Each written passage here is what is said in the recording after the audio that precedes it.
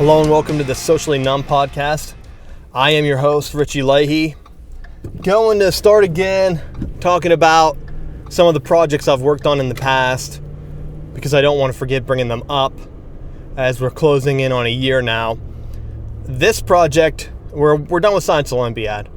So this project is something that I always wanted. I got a family crest flag from Ireland. My family has Irish heritage. So the Leahy family crest is a lion.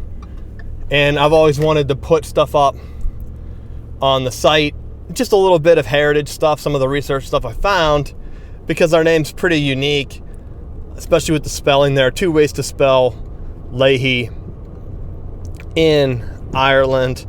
And some people think that the families are related down the line based on spelling, but either way, both families could be related, or at least all of the Leahys, how I spell it, are related for sure, because it came from one, I guess they're considered clans, or one little area of family. So I wanted to do a little bit of research, find some of that. I always wanted a family crest flag, so I found a version of ours. It's pretty consistent across the board. Some of the Irish genealogy books agree that the Leahy spelling all comes from the same place, and a lot of people back in the day, well, even across the world, weren't literate until 100 years ago, if that. A lot of them might be even more recent. So spelling down the line, whenever people would write it out, the story I've heard is that our family spelled it correctly with the EY, just like whiskey in Ireland has an EY. So a lot of the other ones that drop the E have it spelled like more of a Scottish last name, I guess, would be spelled in their form of Gaelic, and not so much Irish. But I guess it could go both ways, because I've always seen Murphy doesn't have an EY, so I guess it depends on the name. That's another HY name. I guess it could have been HEY, I don't know. But the fact that they put an E in whiskey makes me think that I can believe that maybe this is the correct spelling of the name in modern terms. Maybe not. I think the Leahy without the E is more widespread across the world, and maybe that's something to do with how they dispersed. I also heard that way back a brother got lost, and they think that that's where the other spelling came from. He left the village, maybe, I don't know what happened. He tried to come to America. I mean, there's still Leahys across Ireland, so not everyone came across. But that's the legend of the two spellings. Went to a different county in Ireland, and whenever he put his names down in the deeds book or whatever, the name changed. So either way, I'm pretty sure we're all related down the line if you think about it. And I got a family crest flag, and I wanted to display it. Now, I didn't want to wave the flag. I got the biggest one I could get. I think it's 3 feet by 5 feet. And I wanted it to go ahead, and the way they did them there on the Irish flag. And I've been kind of rethinking this. This is an older project I did. So what I did was I built a white flag frame for the whole 3 by 5 feet. So you can see the Irish colors, and you can see the family crest, which ours is a lion. It is used for warriors, courageous leadership, that type of thing. And I think there's 2 swords and a knight's helmet, showing that they were fighters in wars or whatever. So that's where the name came from, or at least the family crest came from. And so I went ahead, got that. How I built the frame, I'm going to go through. Now I didn't brace it.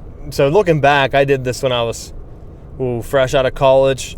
I didn't have any woodworking classes. So I built it the best of my abilities. I actually didn't do any research.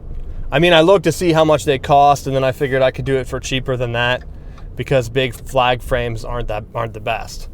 So I didn't want a glass one, which everyone seemed to be selling.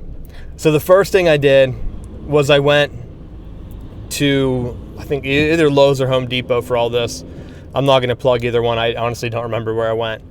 But I got a clear plastic board to cover the entire face of the flag. So it is considered, I don't even know what it's called. But I got that, and that was my first thing. So I got the plastic. It's some type of plastic. It's not glass.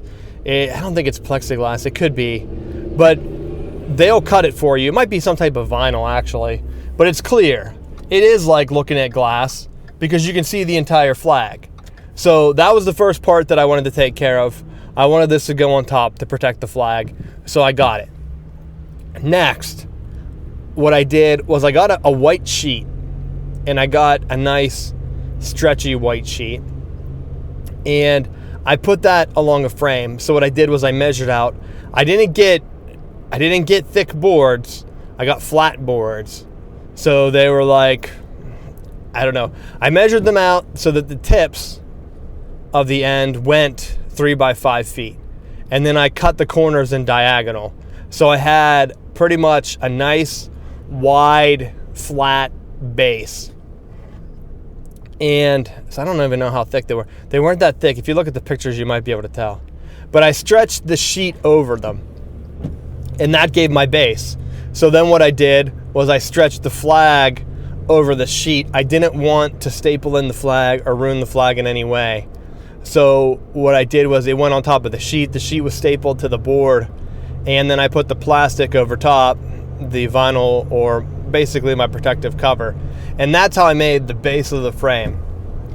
Now after that, I wanted to do a little bit more because I didn't want I needed to get this down. So what I did was I took screws or bolts with big washers, and I screwed them into the board because the board kind of overhung the flag, the back frame, just a little bit, so that I could screw down these to hold in. That's how I held the vinyl down. I didn't actually drill into the plastic or do anything that could crack it. I put washers along the outside to hold it down, and by making them tight, that's it. Pretty good. Then the last thing I did was I got decorative borders. I don't even know if they were like kitchen borders or what, if they were floorboards, maybe door frames, I can't remember. But I got nice thin decorative ones that were wide enough to cover that corner of the flag, and then I went ahead and shot those down with the staple gun, however normally you install them, I can't remember. But I put that up, and I got white ones. I didn't paint them. I just got pre-painted white ones because the flag is white. The Irish flag is orange, green, and white. Maybe it's green, white, and orange. I don't know, but the white's in the middle, and so I wanted the outside of the frame to kind of counterbalance that. So that's the project I'm bringing in this week. It was pretty fun. I planned it out. I did it all myself. I didn't look for any other plans because I wanted to see what I could come up with. And it worked pretty well. Got a lot of compliments on it. I did know that one of the boards, the frame in the back, bowed on me. So I have a piece of wood stretched across the back to kind of keep it straight. And then I have another board across that to hang it up on. But it's fairly heavy. I mean, it's basically a big wood frame. Now, when I said I'm thinking about revisiting this, having a huge 3x5 flag when you have a family takes up a lot of space in your house, especially the days when there are big 50-inch TVs. So I've been rethinking it. I might try to downsize it, kind of fold the flag and put it in a frame where you can just see the family crest. And if I ever need to pull it out, people can see that it's an Irish flag. That way, we have ties to our heritage. The Leahys only came from Ireland, so we know pretty close to where our family came from. And that's something I wanted to display. So I thought that was pretty cool.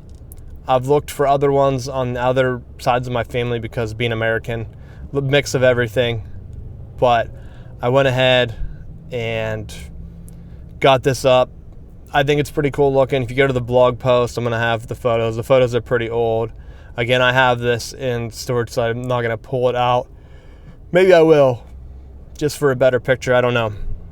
But I'll put up the pictures that I had from the old blog post. I didn't really explain it, how I built it. So this probably won't get you help. What I'll tell you is look online. Don't do what I did. There's probably cheaper.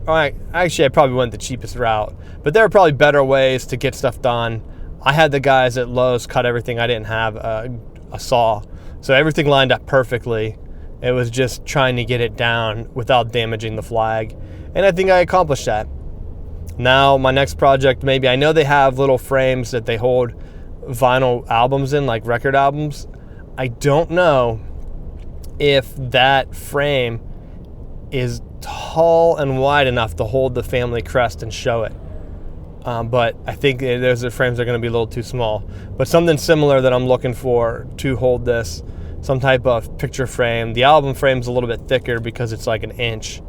And I know if I fold the flag back somehow, it won't be more than an inch. So I know that type of frame would hold it. So that's what I might change it to, just because I want to bring it back on display. And right now, it's just too big to fit in our home.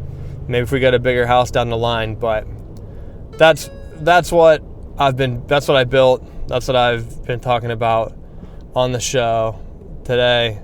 Just little projects I've been working on, I guess over the past year to start off the show. Now, I did get some feedback, and well, first off, if you haven't seen the new episodes, I'm sorry. I'm still trying to get some of the stuff fixed up on my server. Some people got it, some people didn't. I'm going to put them up on YouTube this week, but they should be up. I think I got the errors fixed on the update. Maybe I don't.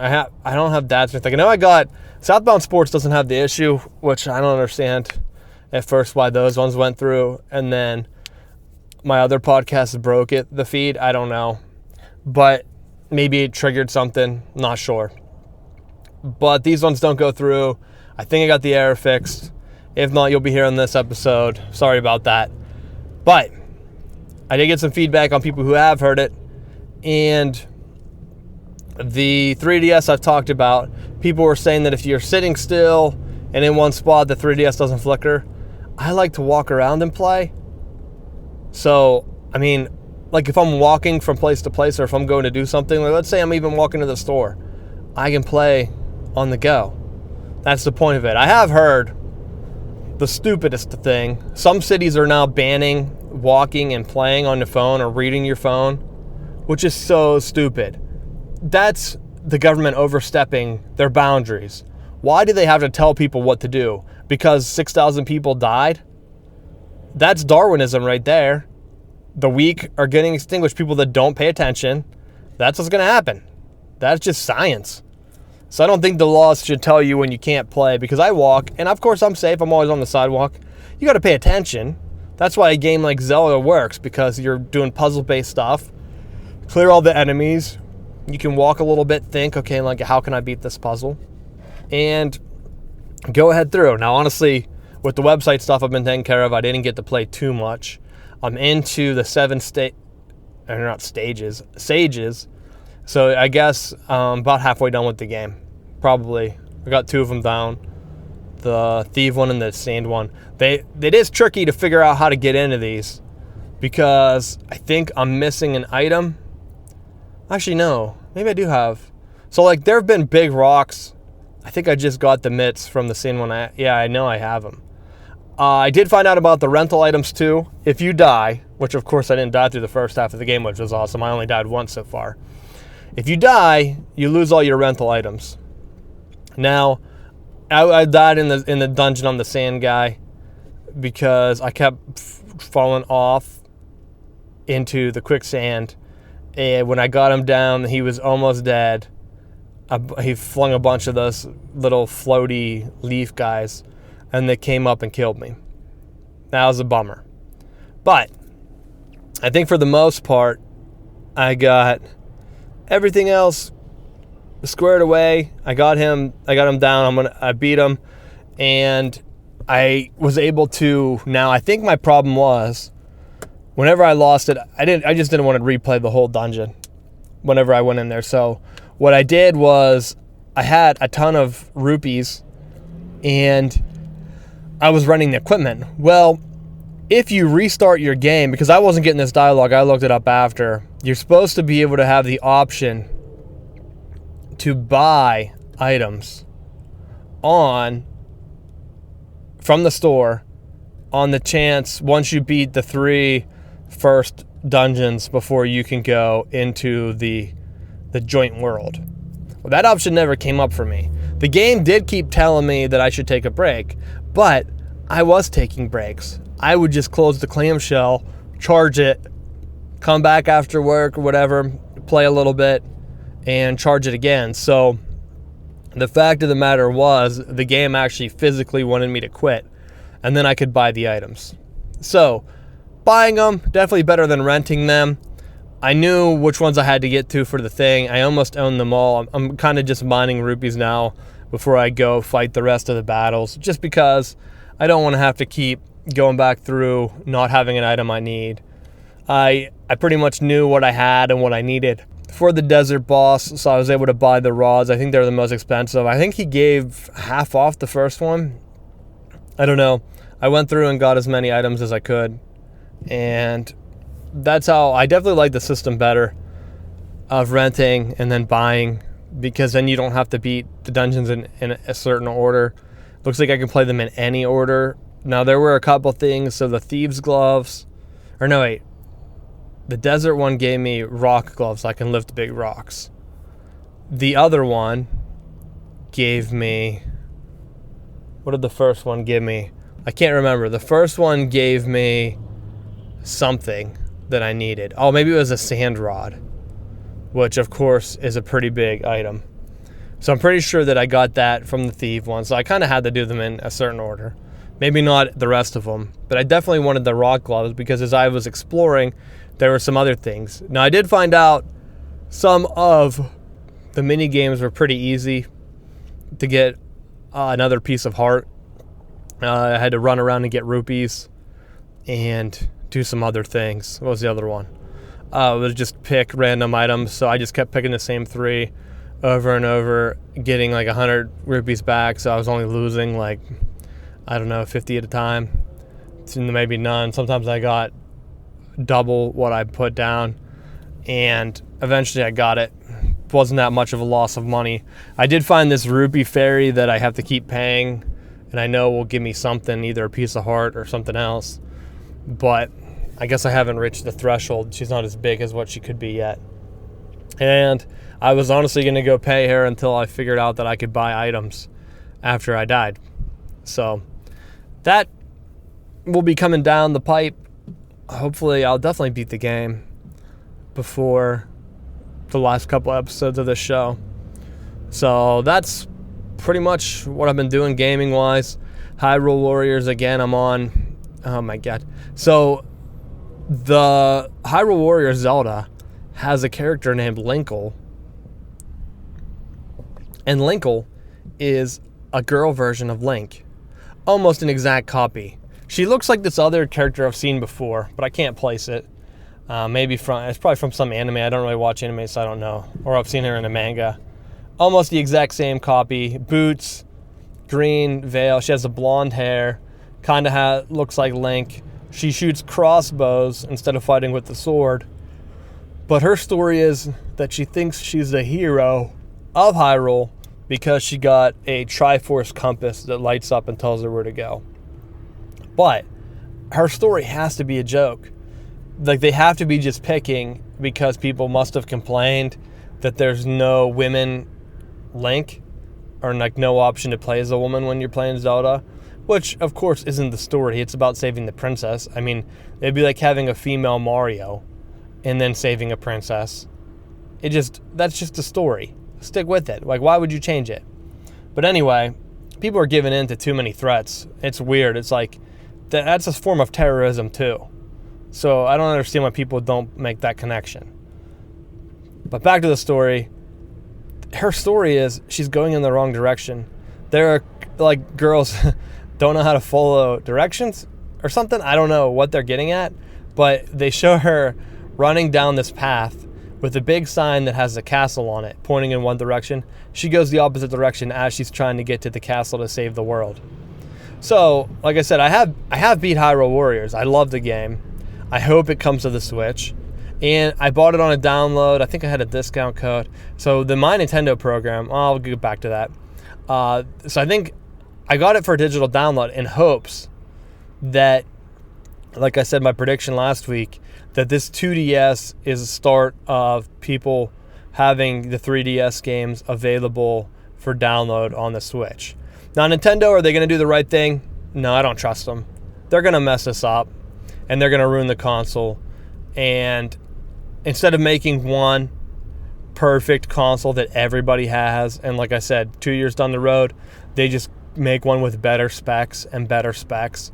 And to me, who cares if you get the games a year or two late? How many people buy a game and never play it? A bunch. I know I have a bunch of games I'm still beating. That was the point of the podcast for a while. I beat a game a week. And I still try to do that, but it's football season. Southbound Sports is taking off pretty good. So I've been working on that. Now, what I will say, and like I've been thinking, the Nintendo has a point here to make the best system of all time. If they want to go the Apple TV route or go with Apple, fine, go with them. Put your virtual console games on there. I mean, it's not that hard to make an emulator. People make emulators without any prior knowledge or anything, and they figure out a way to make it work. That's how I'm playing these Philips CDI Zelda games, which I need to get back into and beat. I think with the Picross Zelda, I have 10 Zeldas left to beat, which Hyrule Warriors I could probably take off the list. A Link Between Worlds will be next. Then the 2 DS Zeldas, Oracle of Ages, Breath of the Wild I'm still chirping away at because I'm not rushing through that game. I love that game. And then, of course, the 3 old Philips CDI Zeldas and the Zelda Picross game. So basically 4 of them are kind of throwaway games that I guess really aren't part of the canon that I'm going to beat if I can. And if I can't, I'm going to keep trying to figure out a way to beat them. And that's my goal. And so, realistically, it only comes down to 6 of these games. And 5 of them are on the 3DS. I've been playing the 3DS a lot.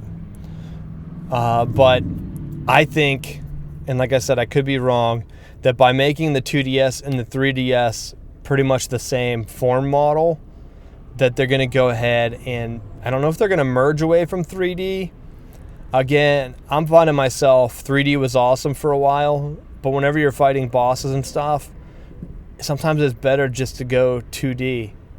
I haven't switched back. I've been playing in 3D the whole time. Maybe that's why it wanted me to take a break. I don't know. My eyes haven't hurt. I haven't gone cross-eyed. The one thing that does hurt them is whenever the 3D glitches and you can tell that it's searching for my eye line to figure it out. And maybe I just can't play 3D when I'm walking. There is a nice switch on the side, which I believe you can pop down to turn it off. So if I'm walking, I can go ahead and do that. And if I'm sitting down, that might be the way I have to play. But it's a fun game. That might be one of my best Zeldas or funnest Zeldas I've ever played. Link Between Worlds. I remember Link's Awakening.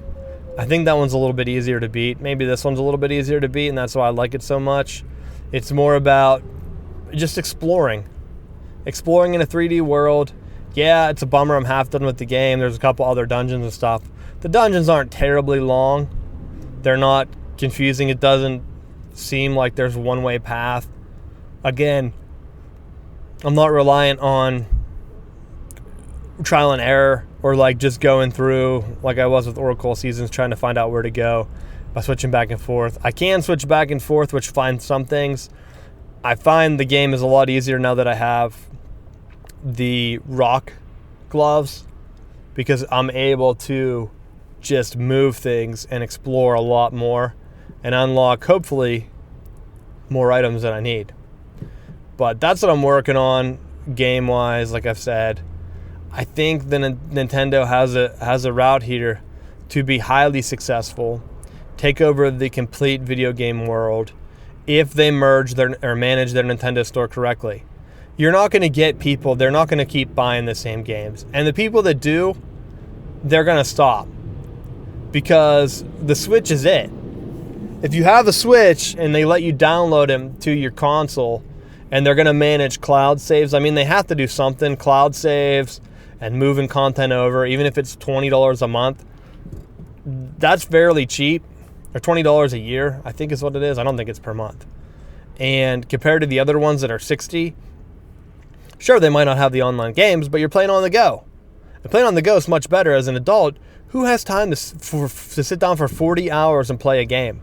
If I was going to play Skyrim, which I'm thinking about getting once I'm done with these Zelda games, the Zelda games are pretty much my biggest, I don't want to say time killer. They're the games that take up the most time right now. Before that, if you remember from the show, I was playing Assassin's Creed, which I also have a couple of them to beat. But the other games on my to beat list are free PlayStation download games, which I'm still going through and trying to knock out. I have shooters. One of them is from the PlayStation download store, Alien Rage. It's pretty bad. What else? Yeah, Doom. I have 3 or 4 Dooms that I haven't officially beat on the PlayStation yet, even though I've beaten the old ones before. Back on the PC day, I'm just going to go ahead through and, I don't know, well, the trophy's like playing on Ultraviolet or whatever. So maybe I won't get that one. Maybe I won't beat that first game on that to get the trophy on the PS3. It's only a bronze trophy anyway, which is ridiculous. But I assume they think most people already beat the game. Castle Wolfenstein is coming out. Man, am I excited for that. That's getting me pumped, a new story. But again, that'd be perfect to play on the Switch. Do I have to play it right now? No. I know that game's a single-player game. In a year, the price is going to drop off. I don't want them to stop making it. So is that a game I'd buy at launch? Hell yeah, you bet I would. My family likes watching that game. So even though it's mature, it's like a war game. The story's interesting. And you're fighting Nazis. So that's what I've been trying to do. And from a game perspective, it's fun. Go ahead, beat the games that you need to beat. You already paid the money for them. So what's the point? Just keep working at the games. That's my motto. I like to buy a game and then beat it. If you want to buy a game just to support the game industry, great. That's your thing. I want the Nintendo Switch to let me play games that I've downloaded. And I wish they had some way for the Wii to show me, because I got Ogre Battle 64 sitting there that I would love to play on the Switch. And I know they're going to try to make it up. Well, at least the rumors are that they're going to let you, if you pay this Nintendo for a year, you can play their entire Nintendo console backward, maybe. Possibly. Which, yeah, that makes sense. And if they did go even a $10 a month fee for that, I could see that being the future. For that to work, though, you need to have the games available on the Nintendo Switch. All of them. All of the ones people already bought. They tried to do Super Mario Run, and they realized that did not work. People aren't going to pay $10 for that. I've been waiting for it to go on sale for $1 or $2. Not $1 off. I mean down to $1 or $2. Because there's no reason for me to play it. Now, my daughter likes to play that game, and it would be fun to have all the levels just to beat, but I don't feel like paying $10 to get it. And if you're going to give it to me, if you want a free Nintendo Awards for my Nintendo, put that game on there. That would incentivize more people to play. They might invest more time with the microtransactions. I just don't think Nintendo knows how that stuff works. You have to give the people a little bit, have them feeling like their time invested is worth something, that if they quit playing, they lose their time invested. And that's where Nintendo hasn't been able to make that jump yet. They haven't been able to find the middle ground. They can with the Switch. And if it's possible, the 3DS. Make the downloadable games going. Maybe they're going to keep the 2DS. Maybe, and this is just speculation on my part, maybe by putting the 2DS and making it more powerful, they're thinking of being able to play. Well, see, this is almost impossible. I was going to say, you might be able to play Switch games on the 2DS by making it bigger and just some downloadable games. Not all of them, like snipper clips. Well, I guess that doesn't work either because you need the Joy-Cons. I don't know. But I'm thinking that maybe they're try to merge all their lines into one, whether that be the Switch, but I don't think they want the Switch to be the only model. I think by having a bigger handheld, the XL version, that they are thinking that people will buy a version of the Switch that plays all their games that covers it, you can throw in your pocket. Again, the 3DS that I have is perfect for that. If you give me the XL, I don't know if it's going to fit, and I'm a big man, 6'2". So I have big, long pockets most of the time. So if they don't fit for me, how's it going to fit for a 5-foot female? How's it going to fit for an average size guy? I just don't see it. And maybe the clamshell factor to protect the screen, make it a little bit more portable would be nice. I would like to see them bring the 3DS games onto the Switch. And again, the 3DS, maybe because of the different screen for the touch and the stylus, you're able to bring in some more features and just kind of merge these. I don't know how they're going to manage it, but lugging the Switch around is just bigger and tougher, and you need a bag. Now, I always have it in my camera bag because I carry a camera most times I'm going somewhere. So it works out for me. But I figure a lot of people don't do that. And that's pretty much my rant for the day. The other thing that I noticed, because I've talked a little bit about a camera there, I was using, I'm going to start doing it. Check out my YouTube. I want to start to get more videos up. I'm going to start to do some for Southbound Sports, just testing. I got the GH4 for video, used it for a couple events to shoot video, turned out great, amazing. And I got a GoPro as kind of a second camera to shoot 4K. I realize I haven't really been using 4K a lot, but I want to go ahead and just shoot some high definition video, giving me a breakdown kind of just, this one I'm going to do sports. I'm going to do some little videos on fantasy football. I think just little tips that I can put up on social media to promote Southbound Sports. And I want to do them tech for Socially Numb whenever it comes off. I'm going to kind of do that still as a segment for my own YouTube channel. So I have the dad strength videos that I've been doing, and then I have the regular tech videos or video game videos I'm going to do for a segment on my YouTube channel called Socially Numb. I think I have that domain name for a few more years, so I'm going to put it up. I might just make a page on my YouTube that has it, and people can subscribe and watch just tech videos or video game videos. I'm not sure what Socially Numb is going to be. It's probably going to be more video game, and then my main channel will be tech. So I think my main YouTube channel, as I'm setting it up, is going to be technology-based stuff. Raspberry Pi has been getting me my most views. So I'm going to tinker around, do some tech stuff. But I also want to have, because they let you do little sections, I want to do a section called Socially Numb where I'm playing video games pretty much by myself, talking to myself. So I think that's kind of funny, and it will be a similar commentary to what I did here on the podcast. I do have okay, I'm not going to say that. I have been putting up, so when this ends, the podcast-only version, I'm going to have the audio-only on my YouTube as well, for people to transition over. And of course, these old episodes are going to be on iTunes if you want to listen again. If you want to check it out, download, tell your friends. Like I said, the downloads have been good. They've just been dropping off as I've been getting away from tech stuff, but I want to get more just on the YouTube, get better on the camera. I think it's better all around. So that's what I'm working for. Hopefully you keep supporting me. I appreciate listening, and I enjoy doing this. If you want to chat, talk, come on, do some collaboration stuff, please reach out. I'm always looking for people to play video games with, even though I don't play that much, because most of the time, see, what happens is when you're a family guy, you go ahead and you go home and you have a very specific time that you can play video games. So it works out perfect for Southbound Sports, because at 9 o'clock on Tuesday, I know I'm shooting the show. Anything else I do extra, I usually do by myself. I'm thinking about getting more into Periscope live streaming, just thoughts on different events going down. And I can make my rig more complex, but right now I think it's fine. I just use my webcam on my laptop to shoot it, not the GH4. But the GH4 is perfect, and I want to get some more lenses for it.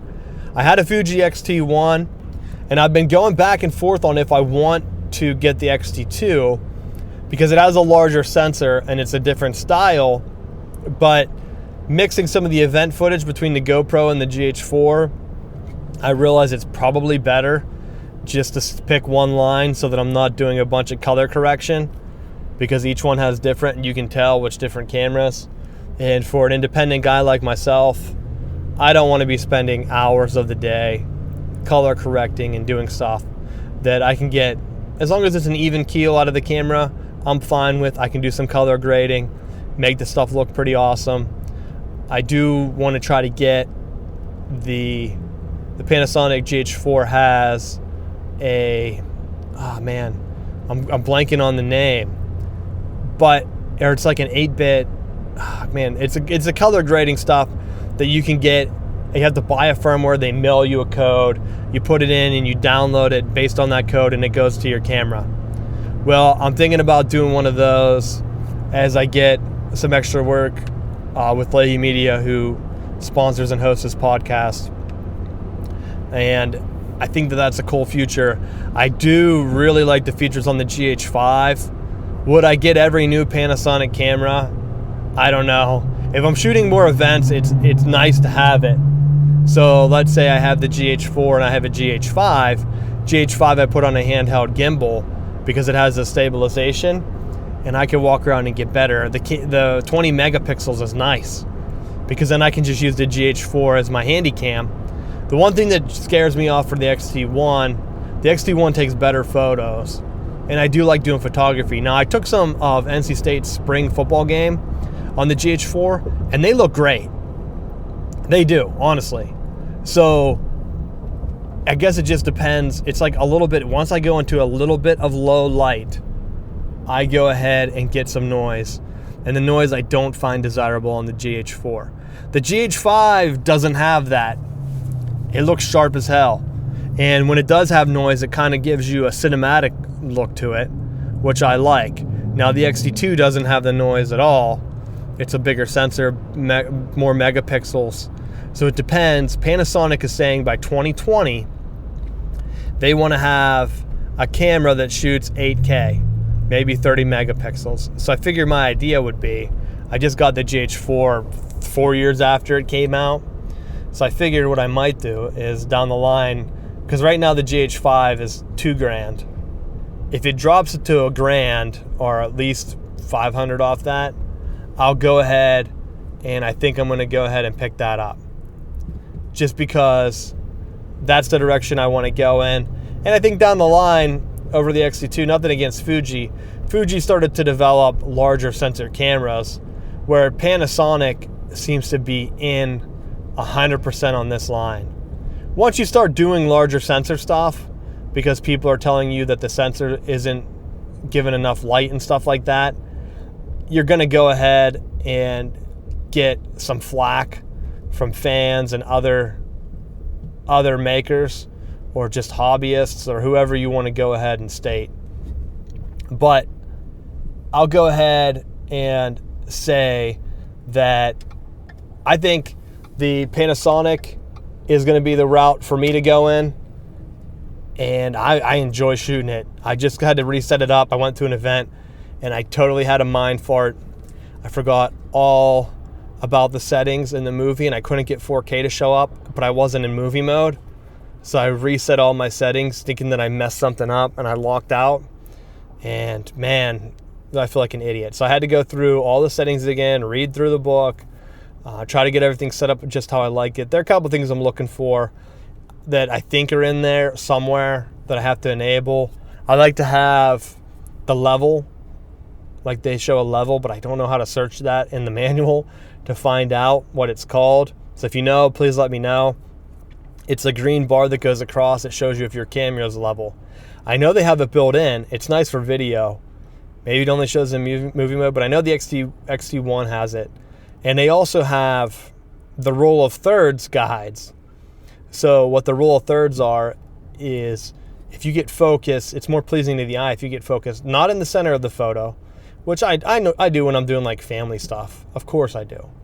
But whenever I'm doing like other photography stuff for the site, do the rule of thirds, you focus it a little bit out of center, and it's more pleasing to the eye, and it draws the eye in to that spot because your eyes are split on your head.